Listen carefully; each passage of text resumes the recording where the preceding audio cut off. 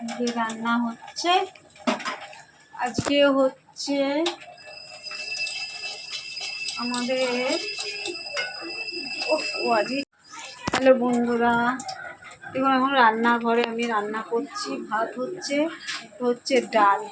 আজকে হচ্ছে চৈত্র সংক্রান্তি, আমাদের স্নান টান করে তারপরে রান্নাঘরে ঢুকতে হয়। তাই আমি স্নান টান করে রান্নাঘরে ঢুকেছি, এবার রান্না হচ্ছে। ভাতটা আমি এখন নামিয়ে ফেলি, তারপরে হবে নিম বেগুন। এই যে নিম বেগুন, নিম পাতাটা ধুয়ে রেখেছি।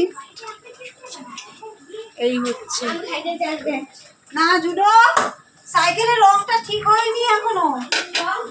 আর এই যে হচ্ছে পাঁচমিশালি তরকারি হবে। জুডো বাবা যাচ্ছে। আলু ভাজা হবে। এই ভেবেছিলাম আম আছে, অনেকগুলো আম আছে। এই দেখো আমের চাটনি হবে, আজকে টক খেতে হয়। আমের চাটনি হবে, অনেক কিছু হবে। এখন আমি আপাতত রান্না করতে বসে গেছি, তাহলে করি, তারপর সঙ্গে আপনাদের সঙ্গে কথা বলবো। ভাত খেতেও বসে গেছে আমার বর। এই যে তরকারি, আজকে কত তরকারি। এ হচ্ছে বিউলির ডাল, এটা হচ্ছে পাঁচমিশালি তরকারি, এটাও আরেক বাড়ির থেকে এসছে পাঁচমিশালি তরকারি।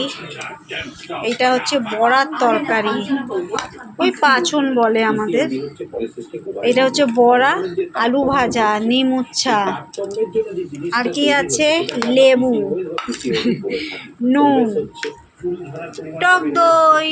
যেহেতু টক দইটা আছে আর আমি আজকে চাটনি করলাম না, এই দিয়ে আমরা এখন খেতে বসছি। আমার ছেলের জন্য ভাত বেড়ে দিয়েছি।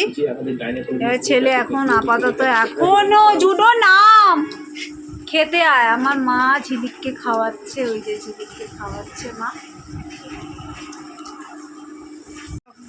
খাওয়ান নিয়ে বসিয়ে আছে, দেখেছো কত খাওয়ান। আরেক কত তরকারি আছে, ওটা আমি সরিয়ে রেখেছি। সব একবারে খেলে হবে না, বিকেলেও খেতে হবে। তাই এখন খাওয়া দাওয়া পর্ব চলছে, তখন রান্না বান্না পর্ব হলো। আজকে হচ্ছে সংক্রান্তি না মা? আজকে সংক্রান্তি, তাই আমাদের তিতাটা খেতেই হয়। চৈত্র সংক্রান্তিতে আমাদের তিতা পাঁচন এগুলো করতে হয়। মানে আমার বাপের বাড়িতে পাঁচনটা হয়, কিন্তু আমরা তিতাটা খাই। তারপরে টক, আমরা টক দই এনেছি।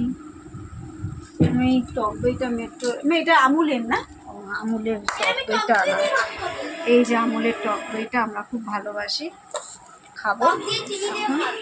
সবাই মিলে খাওয়া দাওয়া করবো। আমি এখন বসে গেছি, একজন খাচ্ছে আরেকজন আসছে, ডাকছি আর কেউ আসছেই না। আমি এখন বসে আছি। কেমন হয়েছে? তা এখন বাবাকে খেতে দিচ্ছি, ও খাক।